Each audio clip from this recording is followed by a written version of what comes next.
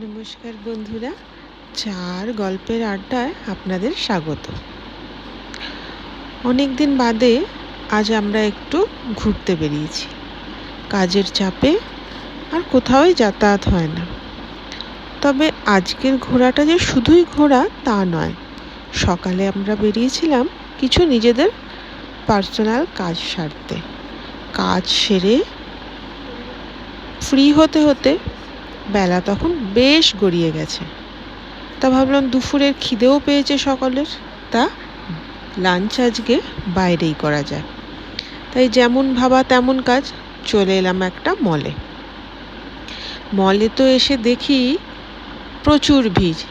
পরে খেয়াল পড়লো, আরে আজ তো ফ্রাইডে তো মলে ভিড় হবেই, কারণ উইকেন্ড অলরেডি শুরু হয়ে গেছে। কিছু করার নেই, মলে লোকের এদিক ওদিক দেখে বিভিন্ন লোককে দেখতে দেখতে দেখতে দেখতে ভাবলাম না, আর নয়, আর থাকা যাচ্ছে না, এবার কিছু তো একটা খেতেই হবে। তাই খোঁজা শুরু হলো কোন রেস্টুরেন্টে যাওয়া যায়।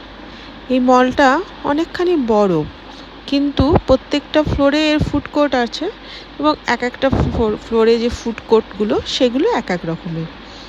এই ফ্লোরের যে ফুড কোর্টগুলো সেগুলো বেশিরভাগটাই হচ্ছে রেস্টুরেন্ট বেস। বেশিরভাগ রেস্টুরেন্ট ওপেন কিচেন।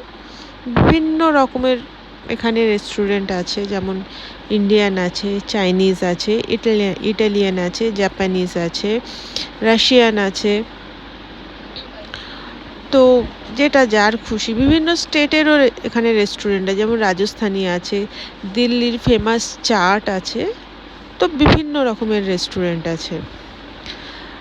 তো আপনারা চাইলে যে যেখানে খুশি গিয়ে খেতে পারে। তাই আমরা খুঁজে যাচ্ছি কোন রেস্টুরেন্টে ঢুকে আমাদের রসনাটা তৃপ্ত করা যায়। সেই জন্যেই দেখা যাক, ইন্ডিয়ান খাবো কি চাইনিজ খাবো সেটাই আর বুঝে উঠতে পারছি না। তাই ঘুরে বেড়াচ্ছি। যদিও আজকে ব্যাঙ্গালোরে খুব একটা কিন্তু গরম নেই। বৃষ্টি হওয়ার ফলে এখানেও গরমটা অনেকখানি কমে গেছে। এখানে দুখানা ভালো ইন্ডিয়ান রেস্টুরেন্ট রয়েছে। একটা হচ্ছে শেফ অজয় চোপড়ার, আর কারিগরিটা কার সেটা না আমার ঠিক মনে পড়ছে না। আপনারা যদি জানেন অবশ্যই আমাকে কমেন্ট করে জানাবেন। আমার না নামটা একবারে মনে পড়ছে না। তো চলুন দেখা যাক এন্ড অফ দ্য ডেতে গিয়ে আমরা কোথায় গিয়ে কি খাচ্ছি। আসুন তাহলে আমার সাথে। বাট এত বড় মলও আজ কিন্তু যেন মনে হচ্ছে একটু বেশি ভিড়। বাপরে, কত লোক বেরিয়ে পড়েছে আমাদেরই মতন। দেখা যাক অ্যাট লাস্ট কোথায় গিয়ে কি খাই।